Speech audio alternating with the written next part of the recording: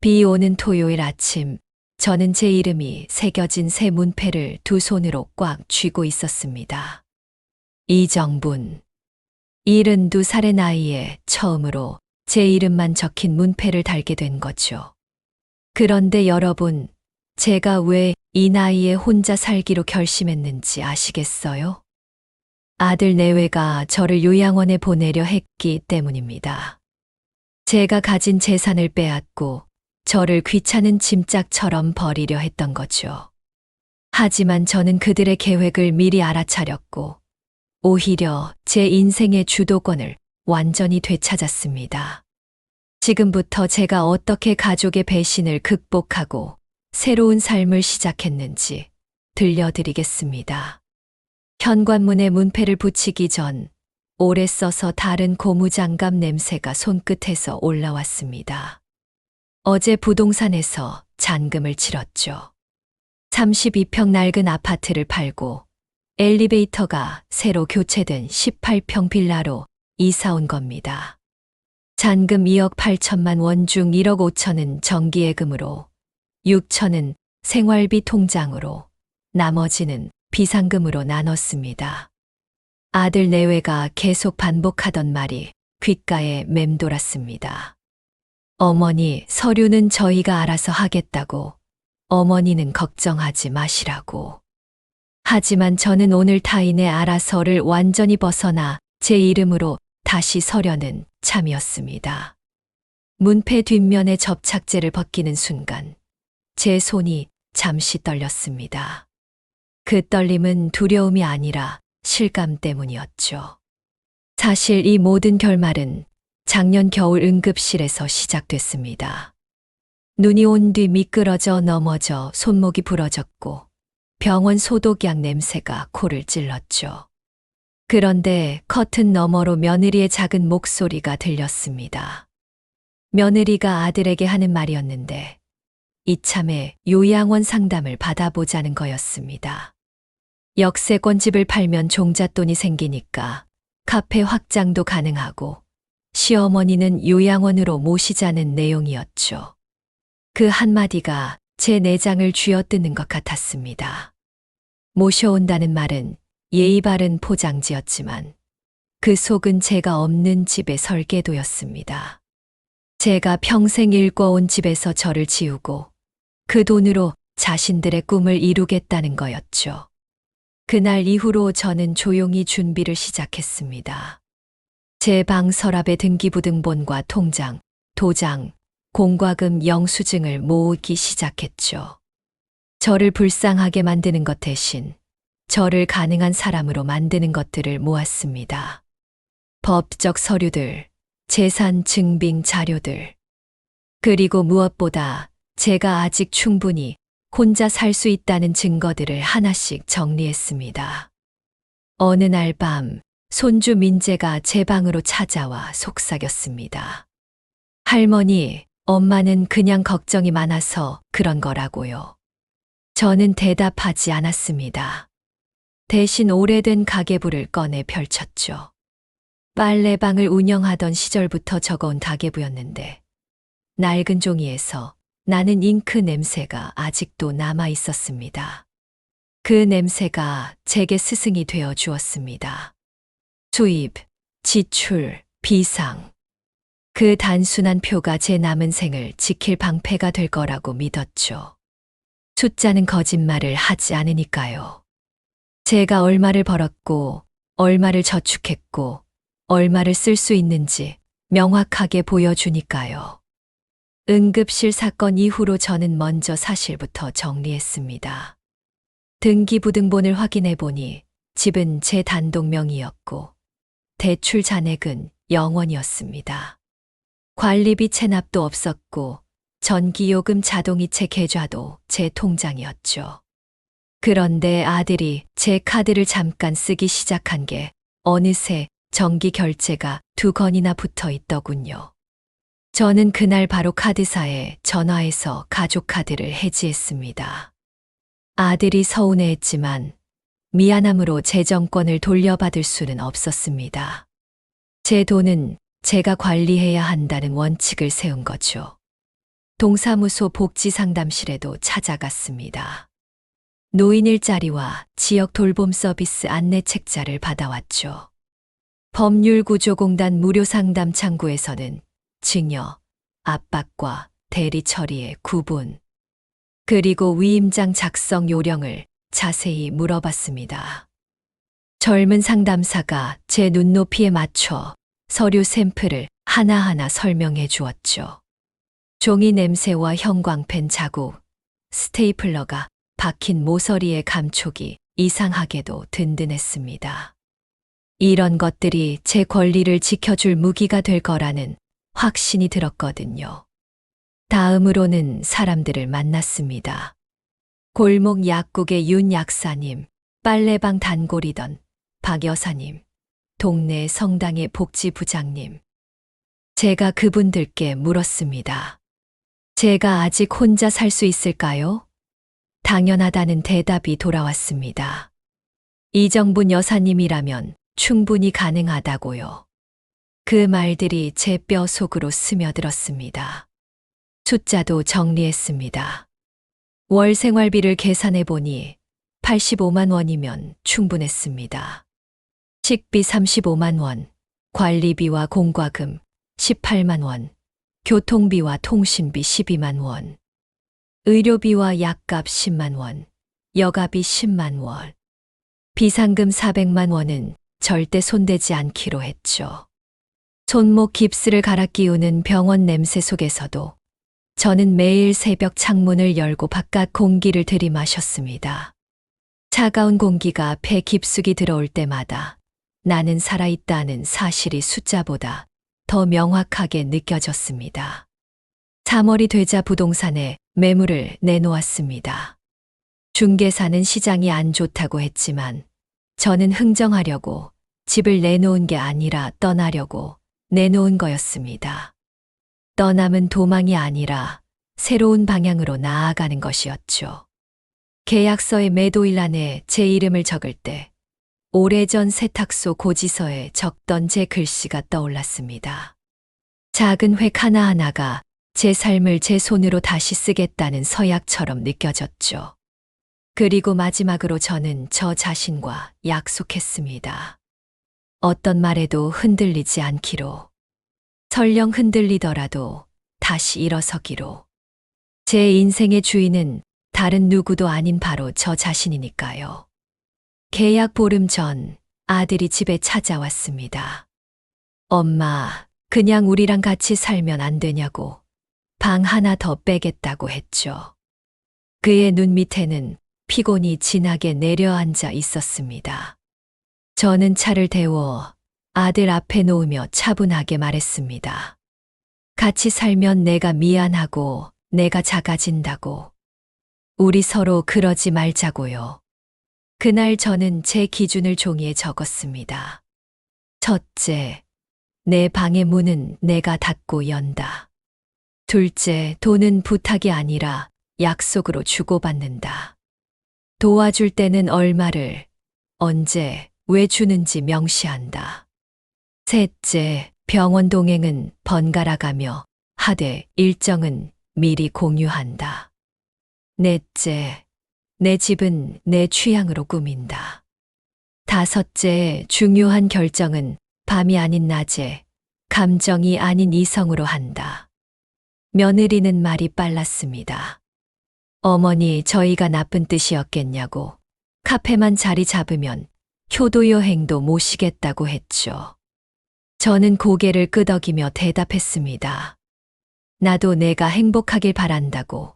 그런데 내 행복은 내가 책임질 거라고요. 말을 끝내고 부엌 창문을 닦으니 유리 세제 냄새가 방 안으로 번졌습니다. 맑아진 유리에 비친 제 얼굴이 생각보다 괜찮아 보여서 웃음이 났죠. 그 웃음이 며느리의 마음을 건드렸는지 그녀가 낮은 목소리로 고백했습니다. 솔직히 말하면 자신도 무서웠다고, 장사가 망할까봐, 그래서 시어머니를 요양원에 보내려 했다고요. 그 고백이 제 마음을 조금 누그러뜨렸습니다. 저는 제 기준은 지키되 그들의 감정도 이해하기로 했죠. 그날부터 우리는 말할 때마다 종이에 적었습니다. 우유 배달비는 아들 내외가, 약값은 제가, 방문은 사전 문자로. 규정은 차갑지만 규정 덕분에 마음은 덜 다쳤습니다. 관계는 사랑 하나로만 서지 않습니다. 튼튼한 기둥이 필요하죠. 그 기둥은 종이와 약속으로 세우는 겁니다. 저는 늙어서야 그 사실을 알았습니다. 하지만 늦게 알아도 괜찮습니다. 집도 관계도 지금부터 다시 짓는 거니까요. 이 이야기가 비슷한 상황에 계신 분들께 도움이 되길 바랍니다. 혹시 주변에 저처럼 고민하시는 어르신이 계시다면 이 이야기를 꼭 들려주세요. 그리고 이 채널이 마음에 드셨다면 구독과 좋아요 부탁드립니다. 여러분의 작은 관심이 저희에게는 큰 힘이 됩니다. 응급실 사건 이후로 저는 본격적인 준비에 들어갔습니다. 먼저 해야 할 일은 제가 가진 모든 것을 정확히 파악하는 것이었죠. 서랍 깊숙이 넣어둔 등기부등본을 꺼내 확인해 보니 집은 제 단독 명의로 되어 있었습니다. 다행히 남편이 돌아가시기 전에 모든 명의를 제 앞으로 정리해 두었던 거죠. 대출 잔액은 영원 깨끗했습니다. 관리비나 공과금 체납도 전혀 없었고요. 그런데 확인 과정에서 놀라운 사실을 발견했습니다. 아들이 제 카드를 잠깐 쓴다며 가져간 게 어느새 정기 결제 2건이 자동으로 빠져나가고 있었던 거예요. 헬스장 회원권과 온라인 쇼핑몰 프리미엄 회원권이었습니다. 매달 15만 원씩 제 통장에서 나가고 있었는데 저는 그것도 모르고 있었던 거죠. 그날 바로 카드사에 전화를 걸었습니다. 상담원이 본인 확인을 하고 어떤 도움이 필요하냐고 물었을 때 저는 단호하게 말했습니다. 가족카드 해지와 모든 자동이체를 중단하겠다고요. 상담원이 가족카드는 주 사용자의 동의가 필요하다고 했지만 제가 주 사용자라고 하니 바로 처리해 주었습니다. 아들이 나중에 이 사실을 알고 서운해했지만 저는 물러서지 않았습니다. 미안하다는 감정으로 제 재정권을 포기할 수는 없었으니까요. 돈은 단순한 숫자가 아니라 제 독립의 기반이었습니다. 다음으로 한 일은 정보 수집이었습니다. 동사무소 복지상담실을 찾아갔죠. 처음에는 무엇을 물어봐야 할지도 몰라 망설였지만 상담사가 친절하게 안내해 주었습니다. 노인 일자리 사업, 지역 돌봄 서비스, 독거노인 지원, 프로그램 등 제가 받을 수 있는 혜택들이 생각보다 많았습니다. 특히 인상 깊었던 건 법률구조공단의 무료 상담 서비스였습니다. 젊은 변호사가 제 눈높이에 맞춰 설명해 주었는데 증여 압박과 대리 처리의 차이점, 위임장 작성 시 주의사항, 재산 보호를 위한 법적 장치들을 자세히 알려주었죠. 그분이 건네준 서류 샘플들을 받아들고 돌아오는 길에 종이 냄새와 형광펜, 자국이 묘하게 든든하게 느껴졌습니다. 이런 서류들이 제 권리를 지켜줄 방패가 될 거라는 확신이 들었거든요. 예전에는 복잡한 서류를 보면 머리가 아프다며 아들에게 맡겼는데 이제는 한 줄 한 줄 꼼꼼히 읽어보기 시작했습니다. 모르는 용어는 인터넷으로 검색하거나 상담사에게 다시 물어봤죠. 사람들과의 관계도 다시 정리했습니다. 동네에서 오래 알고 지낸 분들을 한 분씩 찾아뵀죠. 골목 약국의 윤 약사님은 제가 빨래방을 할 때부터 단골이었는데 제 사정을 듣고는 걱정하지 말라며 격려해 주셨습니다.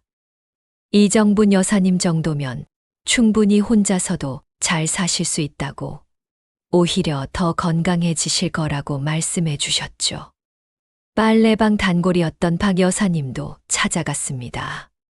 그분은 5년 전부터 혼자 사시는데 오히려 더 편하고 자유롭다고 하셨습니다. 자기 시간을 온전히 자기 것으로 쓸 수 있어서 행복하다고요. 그 말을 듣고 저도 용기를 얻었습니다. 동네 성당의 복지부장님은 더 실질적인 도움을 주셨습니다. 혼자 살 때 필요한 생활 팁들, 안전 관리 방법, 응급 상황 대처법 등을 자세히 알려주셨죠. 특히 비상연락망을 만들어 두라는 조언이 유용했습니다. 이렇게 한 분 한 분 만나면서 저는 제가 혼자가 아니라는 걸 깨달았습니다. 가족이 아니어도 저를 걱정하고 응원하는 사람들이 있다는 게 큰 힘이 되었죠. 그분들께 제가 물었습니다. 저 아직 할 수 있을까요? 돌아온 대답은 한결같았습니다. 당연하다고, 충분히 가능하다고. 그 말들이 제 뼈 속으로 스며들었습니다. 누군가의 아내, 누군가의 어머니가 아닌 이정분이라는 한 사람으로 살 수 있다는 자신감이 생겼죠. 다음으로 한 일은 철저한 생활비 계산이었습니다. 노트를 펼쳐놓고 한 달 생활비를 항목별로 정리했죠. 식비 35만 원, 관리비와 공과금 18만 원, 교통비와 통신비 12만 원, 의료비와 약값 10만 원, 여가비 10만 원. 합계 85만 원이면 충분했습니다. 국민연금과 기초연금을 합치면 월 78만 원 정도 나왔고, 부족한 부분은 예금, 이자로 충당할 수 있었습니다. 비상금 400만 원은 절대 건드리지 않기로 했죠. 이것은 정말 급할 때를 위한 마지노선이었습니다. 손목 깁스를 하고 있는 동안에도 저는 포기하지 않았습니다. 왼손으로 글씨를 쓰는 연습을 했고, 한 손으로 할 수 있는 일들을 찾아서 했죠. 매일 새벽 창문을 열고 바깥 공기를 들이마셨습니다. 차가운 공기가 폐 깊숙이 들어올 때마다 나는 살아있다는 사실이 확실하게 느껴졌습니다. 그 시절 저는 또 다른 중요한 결정을 내렸습니다. 제가 살던 32평 아파트가 너무 크다는 생각이 들었던 거죠. 혼자 사는데 그 넓은 공간이 필요할까 싶었습니다. 관리비도 부담스러웠고 청소하기도 벅찼습니다. 무엇보다 그 집에는 남편과의 추억, 아들의 흔적이 너무 많이 남아 있어서 제 독립에 방해가 될 것 같았습니다. 그래서 3월이 되자마자 부동산에 매물을 내놨습니다. 중개사는 시장이 좋지 않다며 걱정했지만 저는 개의치 않았습니다. 흥정하려고 집을 내놓은 게 아니었으니까요. 떠나려고, 새로 시작하려고 내놓은 거였습니다. 떠남은 도망이 아니라 새로운 방향으로 나아가는 것이었습니다. 과거에 얽매이지 않고 미래를 향해 걸어가는 것이었죠. 그것은 포기가 아니라 선택이었고 후퇴가 아니라 전진이었습니다. 계약서의 매도일란에 제 이름을 적을 때의 감정을 잊을 수 없습니다. 이정분이라는 세 글자를 또박또박 적으면서 오래전 세탁소를 운영할 때 고지서에 적던 제 글씨가 떠올랐습니다. 그때도 제 이름으로 무언가를 했었는데 언제부터인가 그런 일이 사라졌더군요. 이제 다시 제 이름으로 계약을 하고 제 이름으로 결정을 내리는 거였습니다. 작은 획 하나하나가 제 삶을 제 손으로 다시 쓰겠다는 서약 같았습니다. 이 과정에서 가장 어려웠던 건 아들의 반대였습니다. 왜 굳이 집을 파냐고, 그냥 같이 살면 안 되냐고 계속 설득했죠. 하지만 저는 단호했습니다. 내 인생은 내가 결정한다고, 이미 충분히 생각해보고 내린 결정이라고 말했습니다. 며느리도 이해할 수 없다는 표정이었습니다. 좋은 집 놔두고 왜 작은 집으로 가려 하냐고, 나중에 후회하실 거라고 걱정했죠. 하지만 저는 알고 있었습니다. 지금 이 선택을 하지 않으면 평생 후회할 거라는 걸요. 그리고 마지막으로 저는 저 자신과 중요한 약속을 했습니다. 첫째, 어떤 말에도 흔들리지 않기. 둘째, 설령 흔들리더라도 다시 일어서기. 셋째, 내 선택에 대해 후회하지 않기. 넷째, 실수하더라도 스스로 책임지기. 다섯째, 끝까지 포기하지 않기. 이 약속들을 종이에 적어 지갑에 넣어 다녔습니다. 힘들 때마다 꺼내 읽으며 마음을 다잡았죠. 그 종이는 지금도 제 지갑 안에 있습니다. 낡고 구겨졌지만 여전히 제게 힘을 주는 부적 같은 존재입니다. 준비 과정에서 또 하나 중요했던 것은 디지털 기기 사용법을 익히는 것이었습니다. 스마트폰으로 은행 업무를 보는 법, 인터넷으로 공과금을 내는 법, 온라인으로 장을 보는 법을 하나씩 배웠습니다. 처음엔 어려웠지만 복지관에서 운영하는 스마트폰 교실에 다니며 차근차근 익혔죠. 특히 유용했던 건 카카오톡이었습니다. 아들이나 며느리와 필요한 연락을 주고받을 수 있었고, 동네 친구들과도 소통할 수 있었습니다. 무엇보다 제가 잘 지내고 있다는 걸 사진으로 보여줄 수 있어서 좋았습니다. 이렇게 하나둘 준비를 마치니 두려움보다는 기대감이 커졌습니다. 새로운 삶에 대한 설렘이 생겼죠. 마치 젊은 시절 처음 독립할 때 그 떨림이 다시 찾아온 것 같았습니다. 제가 이 모든 준비를 하는 동안 놀라운 변화가 일어났습니다. 거울에 비친 제 모습이 달라지기 시작한 거예요. 구부정했던 허리가 조금씩 펴지고 흐릿했던 눈빛이 또렷해졌습니다. 무엇보다 표정이 밝아졌죠. 누군가의 눈치를 보지 않아도 된다는 자유로움이 얼굴에 그대로 드러났습니다. 이제 준비는 끝났습니다. 다음은 실행뿐이었죠. 제 인생의 새로운 장을 열 준비가 완료된 거였습니다. 계약을 보름 앞두고 아들이 집에 찾아왔습니다. 그동안 제가 집을 팔려고 준비한다는 소문을 들었는지 얼굴에는 당황스러움과 서운함이 가득했죠. 엄마가 그냥 우리랑 같이 살면 안 되냐고, 방 하나 더 빼겠다고 간곡히 부탁했습니다. 그의 눈 밑에는 짙은 피로가 내려앉아 있었고 목소리에는 절박함이 묻어났습니다. 저는 따뜻한 차를 준비해 아들 앞에 놓았습니다.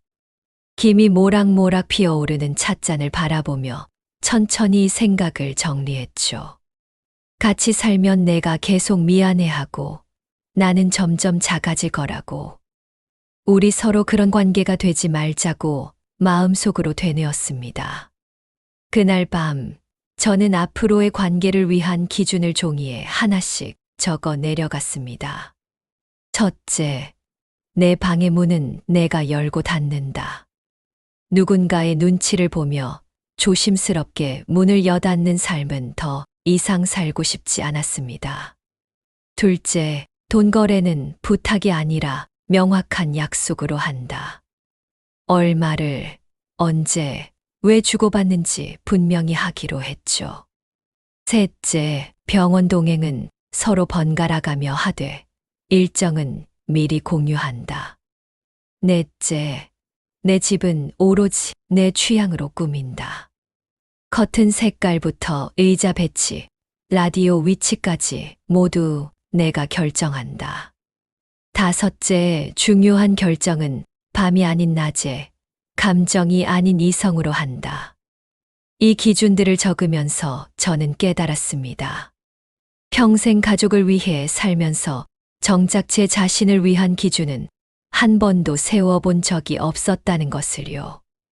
늘 남편이 원하는 대로, 아들이 편한 대로, 며느리가 좋아하는 대로 맞춰 살았습니다. 그것이 화목한 가정을 만드는 길이라고 믿었죠. 하지만 그 끝에 남은 건 요양원행 티켓이었습니다. 며느리도 찾아왔습니다. 말이 빠른 그녀는 연신 해명하듯 말을 쏟아냈죠. 어머니, 저희가 나쁜 뜻이었겠냐고. 카페만 자리 잡으면 효도 여행도 모시고 좋은 요양병원도 알아보려 했다고. 그녀의 말 속에는 진심과 변명이 뒤섞여 있었습니다. 저는 고개를 끄덕이며 들었습니다. 그리고 조용히 대답했죠. 나도 내가 행복하길 바란다고. 하지만 내 행복은 내가 스스로 책임지겠다고. 그 말을 하고 나서 부엌 창문을 닫기 시작했습니다. 유리 세제의 상큼한 냄새가 방 안에 퍼지면서 답답했던 공기가 맑아지는 것 같았습니다. 깨끗해진 유리에 비친 제 얼굴을 보니 생각보다 당당해 보였습니다. 주름은 깊어졌지만 눈빛은 또렷했고 허리는 굽었지만 어깨는 곧았습니다. 그 모습을 보며 저도 모르게 미소가 지어졌죠. 그 미소가 며느리의 마음을 건드렸는지 그녀가 갑자기 목소리를 낮추며 고백했습니다. 솔직히 무서웠다고. 카페가 망할까봐 불안했다고. 그래서 시어머니 집이라도 팔아서 안정을 찾고 싶었다고. 그 순간 저는 며느리도 한 명의 불안한 인간일 뿐이라는 걸 깨달았습니다. 그 고백이 제 단단했던 마음을 조금 누그러뜨렸습니다. 저는 제 기준은 확실히 지키되 그들의 감정과 상황도 이해하기로 했죠. 무조건적인 거부가 아니라 합리적인 경계를 세우기로 한 겁니다. 그날부터 우리는 모든 약속을 종이에 적기 시작했습니다. 감정적인 말 대신 명확한 문장으로 소통했죠. 우유 배달비는 아들 내외가 부담한다. 어머니의 약값은 어머니가 낸다. 집 방문은 최소 하루 전에 문자로 알린다.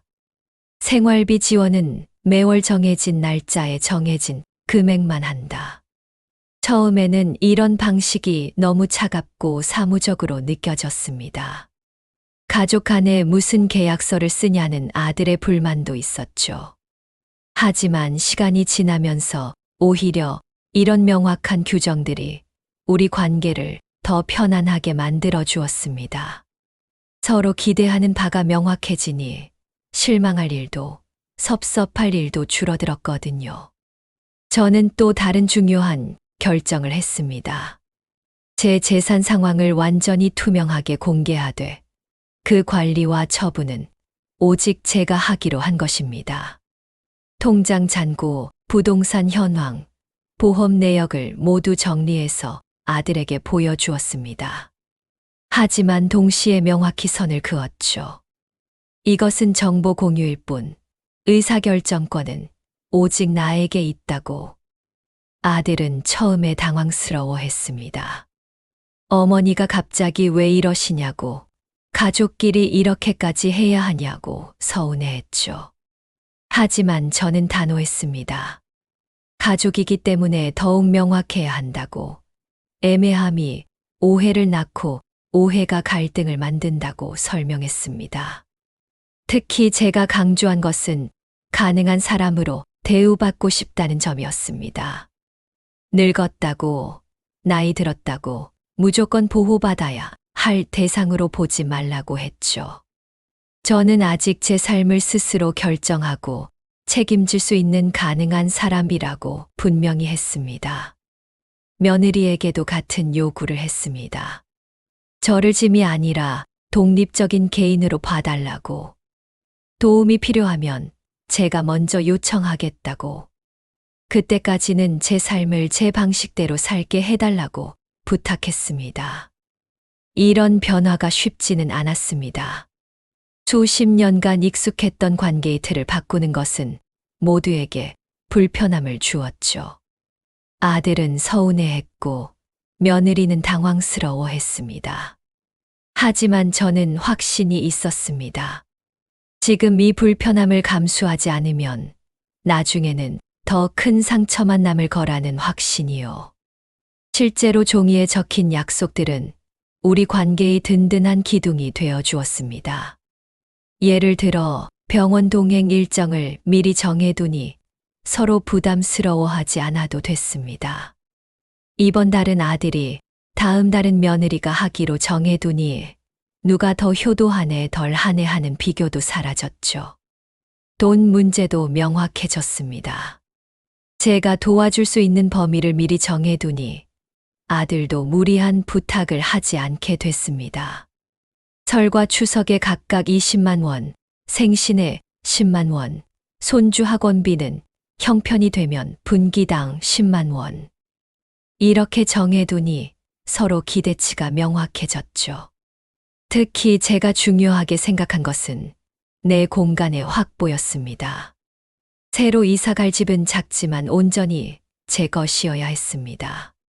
제가 원하는 색깔의 커튼을 달고 제가 좋아하는 라디오를 놓고 제 취향대로 가구를 배치할 수 있는 공간. 그것이 제게는 단순한 집이 아니라 제 존재를 확인하는 증거였습니다. 관계를 새로 짓는다는 것은 건물을 리모델링하는 것과 비슷했습니다. 낡고 위험한 부분은 철거하고 새로운 기둥을 세우고 튼튼한 토대를 다시 만드는 작업이었죠. 시간도 오래 걸리고 먼지도 많이 났지만 그래도 해야 할 일이었습니다. 저는 이 과정에서 중요한 깨달음을 얻었습니다. 관계는 사랑만으로 유지되지 않는다는 것을요. 사랑도 중요하지만 그보다 더 중요한 것은 상호 존중과 명확한 경계였습니다. 서로의 영역을 인정하고 각자의 삶을 존중할 때 비로소 건강한 관계가 가능하다는 것을 알게 됐죠. 그래서 저는 종이와 펜을 들었습니다. 애매한 기대 대신 명확한 약속을, 감정적인 호소 대신 이성적인 합의를 선택했습니다. 차갑게 보일 수도 있지만 이런 문서들이 오히려 우리 가족을 따뜻하게 지켜주는 방패가 되었습니다. 지금 생각해보면 그때 제가 세운 기준들이 제 인생의 전환점이 되었습니다. 더 이상 누군가의 어머니로서만이 아니라 이정분이라는 한 개인으로서 존재할 수 있게 된 거죠. 72살의 나이에 찾은 독립. 그것은 단순한 물리적 독립이 아니라 정신적, 경제적, 그리고 존재적 독립이었습니다. 잔금을 치르는 날이 밝았습니다. 중개사무소의 묵직한 금속문이 열릴 때 쇠가 문틀을 긁는 소리가 났는데 그 소리가 제 새로운 시작을 알리는 팡파르처럼 들렸습니다. 테이블 위에 놓인 서류들을 하나씩 확인하며 볼펜으로 4번 서명했습니다. 제 이름을 적을 때마다 손끝에서 전해지는 떨림이 있었지만 그것은 두려움이 아니라 기대감이었죠. 휴대전화가 진동했습니다. 입금 확인 문자였죠. 1억 5천만 원이라는 숫자가 화면에 떴습니다. 차가운 숫자였지만 제 가슴은 뜨거웠습니다. 이 돈이 제 독립의 밑거름이 될 거라는 확신 때문이었죠. 저는 즉시 계획대로 돈을 나눴습니다. 1억 5천만 원은 정기예금으로, 나머지는 생활비와 비상금 계좌로 분산했습니다. 새 집으로 가는 길, 택시 안에서 창밖을 바라봤습니다. 익숙한 거리가 새롭게 보였습니다. 마치 처음 이 동네에 이사 왔을 때처럼 모든 것이 신선했죠. 새 집은 5층이었는데 엘리베이터에서 내려 복도를 걸어가는 동안 제 발걸음은 가벼웠습니다. 문을 열고 들어서자 남향의 따스한 햇살이 거실을 가득 채우고 있었습니다. 빈 공간이었지만 제게는 무한한 가능성의 공간으로 보였죠. 베란다로 나가보니 작은 난간이 있었는데 여기에 제가 좋아하는 국화를 키우면 좋겠다는 생각이 들었습니다. 첫 번째로 한 일은 문짝에 윤활제를 뿌리는 것이었습니다. 뻑뻑하게 열리던 문이 부드럽게 움직이기 시작했죠. 스프레이 냄새가 금방 빠지고 나니 집 안 공기가 한결 상쾌해졌습니다. 싱크대 서랍을 열어보니 전 주인이 남겨둔 실리카겔 2봉이 들어있었는데 이런 작은 배려가 고마웠습니다. 바닥은 장판이 아니라 원목마루였습니다. 맨발로 걸을 때마다 나무의 따스한 감촉이 발바닥을 통해 전해졌죠. 걸을 때마다 나는 작은 삐걱거림도 정겨웠습니다. 이 소리가 제가 이 공간의 주인이라는 걸 확인시켜 주는 것 같았거든요. 거실 한쪽 구석에 중고 라디오를 놓았습니다. 동네 재활용센터에서 구한 것인데 겉은 낡았지만 작동은 완벽했죠. 주파수를 돌리면 치지직거리는 잡음이 났지만 그것마저 정겨웠습니다. 중파로 맞추니 어느 DJ의 부드러운 목소리가 흘러나왔습니다. 라디오에서는 한 중년 여성의 사연이 소개되고 있었습니다. 52살의 나이에 새 출발을 한다는 내용이었는데 마치 제 이야기 같아서 귀를 기울였죠. DJ가 용기 있는 선택이라며 응원하는 말을 들으니 제게 하는 말처럼 느껴져 위로가 되었습니다. 이사 첫날 저녁, 저는 손주 민재에게 문자를 보냈습니다. 할머니 집에 와서 문패 붙이는 걸 도와달라고요. 다음 날 민재가 달려왔을 때 그 아이의 눈은 호기심으로 반짝였습니다. 새 집을 구석구석 둘러보더니 할머니, 집이 아늑하고 좋다고 했죠. 문패를 붙이는 순간은 특별했습니다. 민재가 작은 손으로 문패를 현관문에 밀착시키고 함께 10초를 세었습니다. 하나, 둘, 셋. 숫자를 세는 동안 제 눈가가 촉촉해졌습니다. 그것은 슬픔의 눈물이 아니라 감동의 눈물이었죠. 그 순간 저는 깨달았습니다. 떠남은 뒤를 버리는 일이 아니라 앞을 여는 의식이었다는 것을. 제가 버린 것은 32평 아파트가 아니라 과거의 굴레였고, 제가 얻은 것은 18평 빌라가 아니라 자유였습니다. 민재가 문패를 다 붙이고 나서 뒤로 물러서며 감탄했습니다. 할머니 이름이 멋지다고, 이제 진짜 할머니 집 같다고요. 그 순수한 말에 저는 웃음이 났습니다. 그래, 이제야 진짜 내 집이 생긴 거라고 속으로 되뇌었죠. 그날부터 저는 이 작은 공간을 제 취향대로 꾸미기 시작했습니다. 거실 창가에는 제가 좋아하는 레이스 커튼을 달았고 소파 대신 편안한 좌식 의자를 놓았습니다. 벽에는 오래전 여행에서 산 작은 그림을 걸었고 선반에는 좋아하는 책들을 꽂았죠.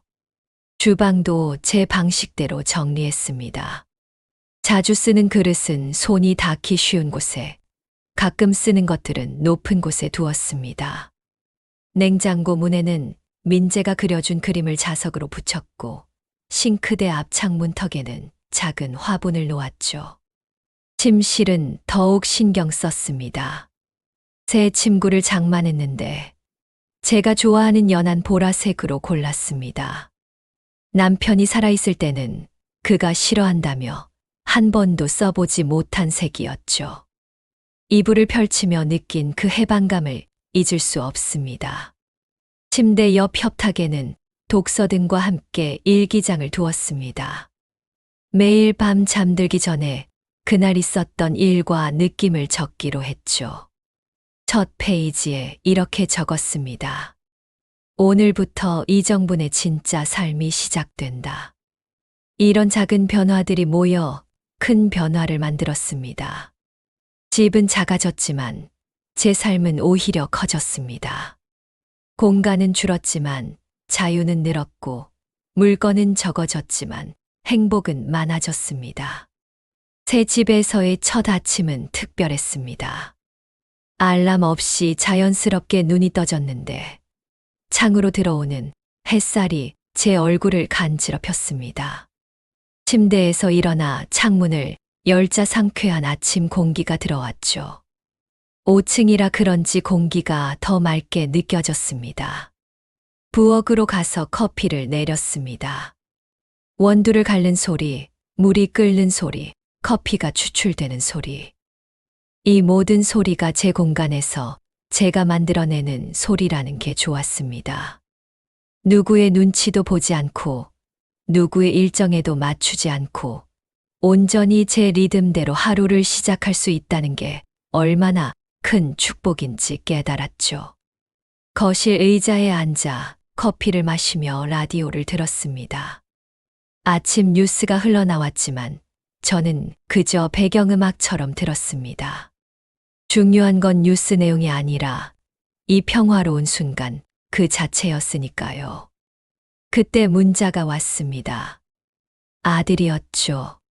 잘 지내는지, 불편한 건 없는지 묻는 내용이었습니다. 예전 같았으면 바로 답장했겠지만 이번에는 커피를 다 마신 후에 천천히 답장했습니다. 잘 지낸다고, 걱정하지 말라고. 짧고 간결한 답장이었지만 그 안에는 제 독립의지가 담겨 있었습니다. 며칠 후 저는 동네 탐방을 시작했습니다. 새 집 주변의 시장, 병원, 약국, 은행, 도서관 등을 하나씩 찾아다니며 위치를 익혔습니다. 특히 마음에 든 곳은 도서관이었는데 조용하고 쾌적해서 책을 읽기에 완벽했죠. 시장도 좋았습니다. 규모는 작았지만 필요한 건 다 있었고 무엇보다 상인들이 친절했습니다. 야채 가게 아주머니는 제가 혼자 산다고 하니 소량으로 포장해 주겠다고 했고 생선 가게 아저씨는 손질까지 깔끔하게 해주었죠. 이렇게 새로운 동네에 적응하면서 저는 제2의 인생이 시작되었다는 걸 실감했습니다. 낯선 것들이 점점 익숙해지고 어색한 것들이 자연스러워졌습니다. 무엇보다 이 모든 선택과 결정을 제가 했다는 사실이 자랑스러웠습니다. 가끔 옛집이 그리울 때도 있었습니다. 넓은 거실, 큰 부엌, 많은 수납 공간. 하지만 그것들이 정말 제게 필요했던 걸까요? 오히려 그 넓은 공간이 저를 고립시켰던 건 아닐까요? 지금의 작은 공간이 더 따뜻하고 안전하게 느껴지는 건 이곳이 온전히 제 것이기 때문일 겁니다. 밤이 되면 저는 일기를 썼습니다.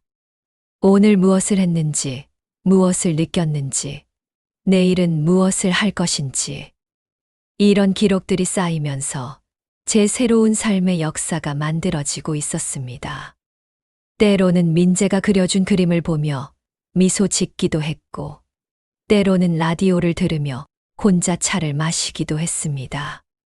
이 모든 순간이 소중했습니다. 왜냐하면 이것들은 모두 제가 선택한 것들이었으니까요. 누가 시켜서가 아니라, 누구를 위해서가 아니라, 오직 저 자신을 위해 선택한 것들이었습니다. 그리고 저는 확신했습니다. 이 선택이 옳았다고, 이 길이 제 길이라고. 문패에 새긴 이정분이라는 이름처럼 저는 이제 당당하게 제 이름으로 살아가고 있었습니다. 봄바람이 불던 날, 며느리가 혼자 찾아왔습니다. 손에 들린 비닐봉지가 축 처져 있었고, 평소에 당당했던 모습은 온데간데 없었죠. 카페를 접었다는 소식을 전하러 온 거였습니다. 확장한다고 무리하게 대출을 받았다가 결국 버티지 못했다고 했습니다. 그녀의 어깨가 한없이 작아 보였습니다. 저는 의자를 권하고 전기포트에 물을 올렸습니다. 쌉싸래한 보리차 향이 작은 거실에 퍼지면서 무거운 공기가 조금 부드러워졌죠. 며느리는 한참을 망설이다가 울먹이며 말하기 시작했습니다. 그때 요양원 이야기를 꺼냈던 것이 너무 미안하다고, 돌이켜보면 자신이 무서워서 시어머니를 밀어붙였다고 고백했습니다. 저는 고개를 끄덕이며 들었습니다. 미안하다고 말해줘서 고맙다고, 하지만 앞으로는 나를 가능한 사람으로 대해달라고 조용히 답했죠. 며느리가 고개를 들어 저를 바라봤습니다. 가능한 사람이라는 말을 되뇌며 무언가를 깨달은 듯한 표정이었습니다. 그 말이 우리 사이의 빈 공간을 채우며 새로운 관계의 시작을 알렸습니다. 저는 그날부터 작은 복수를 시작했습니다. 복수라기보다는 제 자신을 위한 경계 설정이었죠. 제 통장에 나라는 이름으로 자동이체를 걸었습니다. 매달 10만 원씩 적금을 넣으면서 그 통장에 문패적금이라는 이름을 붙였죠. 제 이름으로 된 문패를 달고 사는 이 삶을 기념하기 위한 적금이었습니다. 1년이 지났을 때 그 돈으로 손주 민재와 남해로 1박 2일 여행을 다녀왔습니다. 파도가 철썩이는 소리와 함께 짭짤한 바다 냄새가 코끝을 간지렸죠. 민재가 바닷물을 맛보고는 할머니, 이거 맛있다며 웃었고, 저도 따라 웃었습니다. 짜지, 인생도 그래. 짜고 쓰고 때론 달콤하기도 하지. 그 모든 맛이 섞여서 삶이 되는 거라고 속으로 생각했습니다. 아들은 여전히 불안해했고, 며느리는 여전히 빠르게 말했지만, 저는 더 이상 그들의 속도에 휘둘리지 않았습니다. 제 집의 문은 제 손으로 열고 닫았고, 제 일정은 제가 정했으며, 제 돈은 제가 관리했습니다. 그것이 제가 선택한 독립의 방식이었죠. 한 번은 아들이 부탁해서 잠시 가게 일을 도와준 적이 있었습니다. 거스름돈을 주고받는 손끝의 감각이 예전 빨래방을 운영하던 시절로 저를 데려갔죠. 손님들과 인사하고 물건을 정리하고 계산을 하는 그 분주함이 싫지 않았습니다. 오히려 제가 아직도 쓸모 있는 사람이라는 걸 확인하는 시간이었죠. 그날 밤 침대에 누워 라디오를 켰습니다. 심야 라디오에서 사연이 소개되는데 깜짝 놀랐습니다. 오늘의 사연은 문패를 바꾸고 새 출발을 하신 이정분님께서 보내주셨다는 거였습니다. 그런데 사연을 보낸 사람은 제가 아니라 손주 민재였더군요. 할머니는 세상에서 제일 용감한 사람이라는 내용이었습니다. 라디오 스피커에서 흘러나온 그 말들이 어두운 방 안에 반짝이며 떠다녔습니다. 제 눈가가 촉촉해졌지만 슬픔의 눈물은 아니었습니다. 인정받았다는 기쁨, 누군가에게 용기가 되었다는 자부심의 눈물이었죠. 저의 복수는 그래서 아주 소박했습니다. 거창한 응징이나 처벌이 아니라 그저 저를 가능한 사람으로 지키는 것. 누구의 짐이 되지 않고 누구에게 의존하지 않으며 스스로 설 수 있는 사람으로 남는 것. 그것이 제가 선택한 복수의 방식이었습니다. 저의 회복은 그래서 아주 컸습니다. 단순히 건강을 되찾거나 재산을 지킨 것이 아니라 잃어버렸던 제 자신을 되찾은 거였으니까요. 이정분이라는 이름의 무게와 가치를 다시 발견한 거였습니다. 현관문 너머로 새벽 공기가 스며들 때마다 저는 깊은 숨을 들이쉬었습니다. 차가운 공기가 폐를 채우면서 살아있음을 실감했죠. 그리고 다음 달 문패적금 알림을 보며 미소 지었습니다. 아직도 할 일이 많다는 생각에 가슴이 설렜습니다. 제가 새로 이사한 집은 작지만 완벽했습니다. 5층 남향이라 햇빛이 잘 들었고 베란다 난간에는 제가 좋아하는 국화를 올려둘 수 있었습니다. 싱크대 서랍에는 실리카게를 넣어 습기를 막았고 바닥은 원목마루라 걸을 때마다 기분 좋은 소리가 났죠. 거실 한쪽에 놓인 중고 라디오는 제 가장 친한 친구가 되었습니다. 주파수를 돌리면 치지직거리는 소리가 났지만 그것마저 정겨웠습니다. 심야 라디오에서는 저처럼 혼자 사는 사람들의 사연이 자주 소개되었고 그들의 이야기를 들으며 저는 외롭지 않다는 걸 느꼈습니다. 가끔 법원에서 오는 우편물을 받을 때가 있습니다. 재산 관련 서류나 세금 고지서 같은 것들이죠. 예전 같았으면 아들에게 바로 넘겼을 텐데 이제는 제가 직접 읽고 처리합니다. 어려운 용어는 인터넷으로 찾아보고 필요하면 동사무소에 가서 물어봅니다. 그 과정이 번거롭긴 해도 제 삶을 제가 통제한다는 느낌이 좋았습니다. 동네 복지관에서 운영하는 컴퓨터 교실에도 등록했습니다. 처음에는 마우스 클릭하는 것도 어려웠지만 이제는 인터넷 뱅킹도 하고 온라인 쇼핑도 할 수 있게 되었죠. 젊은 강사가 느린 속도로 반복해서 가르쳐 주는 모습에서 인내심과 배려를 배웠습니다. 어느 날 복지관에서 만난 김 할머니가 비슷한 고민을 털어놓았습니다. 아들이 집을 담보로 대출을 받으려 한다는 거였죠. 저는 제 경험을 들려주며 절대 서두르지 말라고, 모든 서류는 꼼꼼히 읽어보고 필요하면 무료 법률 상담을 받으라고 조언했습니다. 며칠 후 김 할머니가 찾아와 고맙다고 인사했습니다. 덕분에 위기를 모면했다고요. 이렇게 제 경험이 다른 사람에게 도움이 된다는 게 뿌듯했습니다. 그래서 복지관에서 요청하면 제 이야기를 들려주기도 했죠. 어떻게 요양원행을 피했는지, 어떻게 독립적인 삶을 지켜냈는지. 듣는 분들의 눈빛에서 희망과 용기를 읽을 수 있었습니다. 제 새 집 현관에는 이정분이라는 문패가 단단히 붙어 있습니다. 비가 와도 바람이 불어도 떨어지지 않습니다. 그 문패를 볼 때마다 저는 생각합니다. 이제야 비로소 내 삶이 내 것이 되었다고. 72살. 누군가는 인생의 황혼이라고 하지만 저에게는 새로운 시작이었습니다.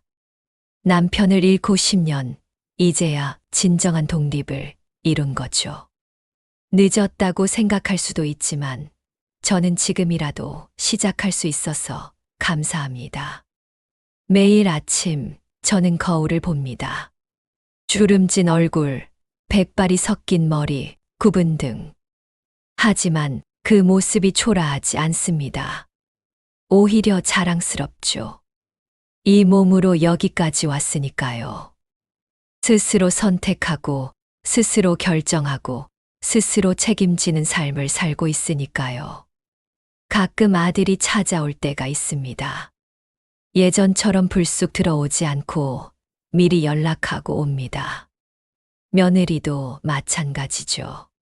우리는 적당한 거리를 유지하며 서로를 존중합니다.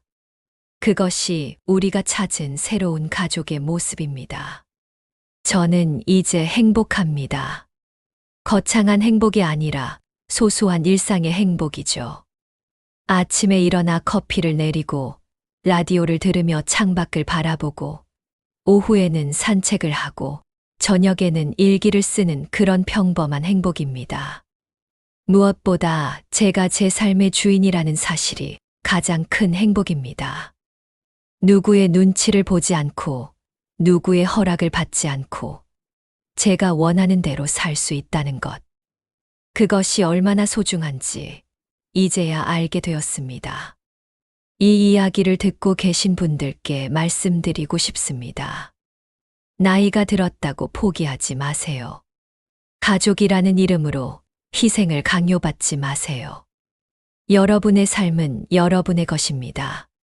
그 누구도 여러분의 삶을 대신 살아줄 수 없습니다. 혹시 지금 비슷한 고민을 하고 계신다면 용기를 내세요. 작은 것부터 시작하세요. 통장을 정리하고 서류를 챙기고 자신만의 기준을 세우세요. 그리고 천천히 하지만 확실하게 자신의 삶을 되찾으세요. 이제야 비로소 제 삶이 제 것 같습니다. 문패에 새긴 이정분이라는 이름처럼 저는 오늘도 제 이름으로 살아갑니다. 그리고 내일도 모레도 숨이 붙어 있는 한 계속 그럴 것입니다. 여러분도 할 수 있습니다. 제가 했으니까요. 72살의 평범한 할머니가 했으니까요. 이 이야기가 조금이라도 도움이 되셨다면 주변의 어르신들과 꼭 나눠주세요. 그리고 이 채널을 구독하고 좋아요를 눌러주세요. 여러분의 작은 응원이 저희에게는 큰 힘이 됩니다. 감사합니다.